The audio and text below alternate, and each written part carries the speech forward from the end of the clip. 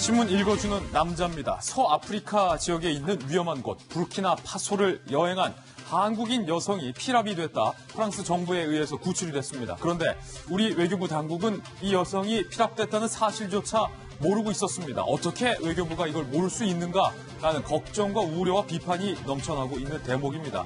더 나아가서 이 여성이 한국으로 돌아오는데 이거 우리 세금으로 돌아오는 거 아니냐라는 논란까지 일고 있습니다.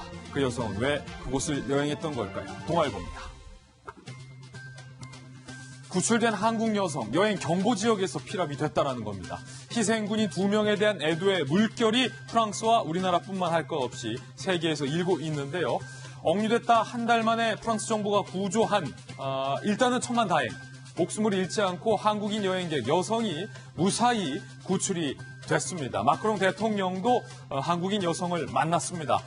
부르키나파소 이 여성이 여행한 그리고 이 여성이 납치된 장소가 바로 이곳입니다. 잠시 후에 더 상세히 볼 건데요. 아프리카의 가나 위에 위치한 이름은 다소 우리들에게는 생소합니다. 부르키나파소 이곳이 어떤 곳인지도 잠시 후에 이야기 나눠볼 텐데요. 9일 밤에서 10일 새벽 프랑스군의 특수부대가 이 무장 세력과 교전을 했습니다. 한국인 여성 1명과 미국인 1명, 프랑스인 2명 등 인질 4명을 무사히 구출을 했습니다. 그런데 안타깝게 특수부대원 2명, 프랑스인 2명의 목숨이 희생됐습니다.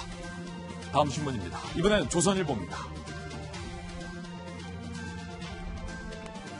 청와대의 김수현 수석과 민주당의 이인영 원내대표가 마이크가 꺼진 줄 알고 두 사람이 은밀히 나눴던 그 대화가 마이크를 타고 공공연하게 공개가 돼서 후폭풍 논란이 일고 있습니다. 이른바 관료 탓 발언. 부글부글 관료들이 끓고 있다는 기사입니다. 예컨대 이런 겁니다. 아니 버스 사태, 소죽주도 성장 등등 당과 청이 정책을 강행해 놓고서 왜 우리 관료들에게 이제 와서 책임을 돌리냐라는 겁니다. 경제부처의 A과장은 이렇게 말합니다. 솔직히 일 제일 안 하는 국회가 공무원들에게 일 안 한다라고 비난하는 것은 어이없는 일이다. 국정 실패가 결국 공무원 탓이냐라고 불만의 목소리를 토로했습니다. 잠시 후에 상세한 이야기 나눠보겠습니다. 다음 신문입니다. 이번엔 중앙일보입니다. 북한이 지난 9일 쏜 미사일이 북한의 전략군 소속의 이른바 탄도미사일일 가능성이 커지고 있습니다. 대통령께서는 단거리 미사일이다라고 일축했지만 대통령이 밝혔던 단거리 미사일과는 거리가 먼 탄도미사일일 가능성이 크다는 거죠. 사진 한번 자세히 보시죠. 지난 9일 북한이 쏜 미사일을 상세히 분석을 해보면 지읒자가 이렇게 눕혀서 새겨져 있는 것이 확인될 수 있습니다. 보이십니까? 지읒. 그런데 북한은 미사일에 지읒자를 새겨놓을 때 일종의 탄도미사일에 지읒자를 새겨 넣는다는 사실이 확인됐습니다. 전략군 소속의 북한이 과거에 쐈던 탄도미사일에도 선명히 지읒자가 새겨져 있었다는 겁니다. 그렇다면 지난 9일 북한이 쏜 이 미사일, 지읒자가 새겨져 있는 이 미사일도 탄도미사일일 가능성이 크다는 이야기가 나오고 있습니다. 다음 신문입니다. 이번엔 경향신문입니다. 김학의 전 차관이요. 수사단을 상당히 당황시키고 있습니다. 왜냐하면 나는 윤중천이 누군지도 몰라 라고 잡아댔기 때문입니다. 윤 씨가 수차례 만났고 돈까지 줬다라고 구체적인 진술까지 나와 있고 김학의 전 차관이 동영상까지 찍혀서 얼굴까지 나왔는데도 그 사람은 나 아니다.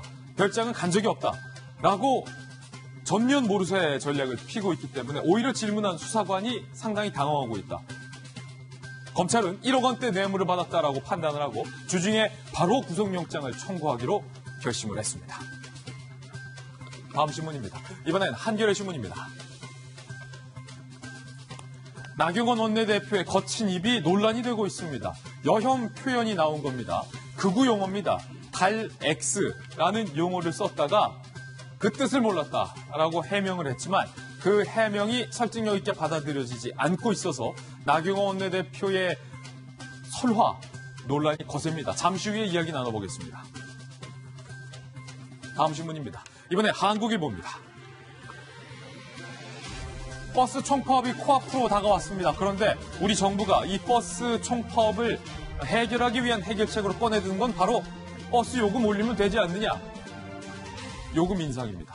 마치 빵이 없으니까 케이크를 먹으라라고 했던 마리 앙뚜아네트의 해결책과 이 정부의 해결책이 같은 건 아니냐라는 비판이 일고 있습니다. 애초에 주 52시간 정책을 밀어붙이면서 결국은 세금으로 보존을 해주든 버스 요금 인상으로 보존을 해주든 시민들의 호주머니에서 돈이 나가기는 내 한 가지라는 시민들의 걱정, 시민들의 울분 버스 총파업을 보면서 쏟아지고 있습니다. 지금까지 신문 읽어주는 남자였습니다.